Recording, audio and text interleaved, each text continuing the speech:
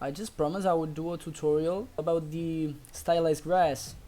There's many ways to do it, but I just followed a few tutorials and I come up with this. I just have this foliage tool here, and I have like a few types of grass, and all of them just use the RVTs. So if I would like to place some of the grass over here and just check this one out and put this one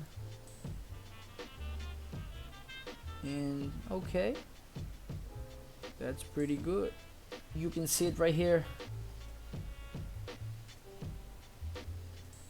and I'm not gonna invent anything here, I'm just gonna explain it. Let's go. First of all, you need a mesh or a few meshes, a rounder mesh, and then make a sharper one. So in order to do that, we need to go to Blender. I'm gonna import my mesh so you can see. I have like a square type grass. We could see the normals are all pointing up, but I didn't like this mesh. I didn't like the result at all. So instead of that, I just went with this one, I think. Yeah, this is the rounder one. And like I said, all my meshes are pointing up.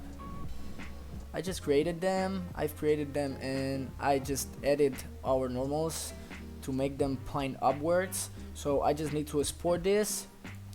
Right, we would hit export FBX and we just go to our game. If you want to create some realist grass, you probably should go with a sharper silhouette. Okay, we need to import our mesh here in Unreal. We would go to the grass round, create it, and let's double click the instance. Let's see our grass material.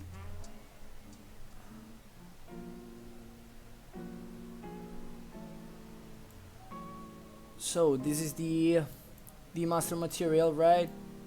And we have some color for the tip and some color variation. Lerping with our node, our RVT node, we need to have the base color lerping with our base color, right? And that's connected to our material. This is connected with our virtual texture. Create some virtual textures in order to the material to get those ground colors.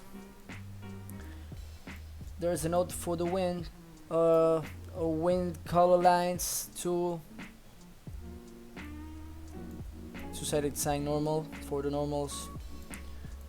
There's the one for the roughness, and the base color is lerping with a gradient with a color variation, just to have some more color for the tip. And like you see, this is a gradient mask and a gradient strength. There's many things you could just not use. This is necessary just for the grass not to wiggle, and the wind it just adds some realism that I think it's much needed for the grass and for the vegetation. I just forgot to say that in order for the grass RVTs to work, you need to enable RVTs in the landscape material too. So you can check my previous tutorial on creating stylized landscapes, or you can check this other tutorial too from a great artist called Marpy, where he creates RVTs from scratch. I just forgot about this step because I previously enabled when creating my other material. That's why I didn't mention it in this video.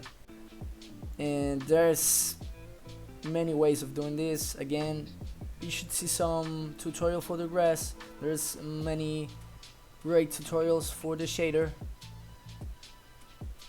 but well, this is just one way to do it. I mean, that's the master material. And creating an instance, we need to go to the instance, and you can see here all my parameters, the color tip, and There's a color variation too. If I just click over here with the flowers, you can see that it looks just nicer, like the contrast that we have with the grass and with the flowers. So if you wanna know how to create those flowers, just check my previous tutorial, and you just have to be careful with not overloading the scene with grass like I did here. Just don't do that. I mean, the technique is good, it's just that I placed too much in here. I think that's it. I'm gonna keep it simple. I didn't go in too much detail on how to creating those RVTs, but I'm gonna link some tutorial in the description. So yeah, that's all for now. Wish you the best. Just stay motivated. See you on the next tutorial or breakdown, whatever comes first. Bye.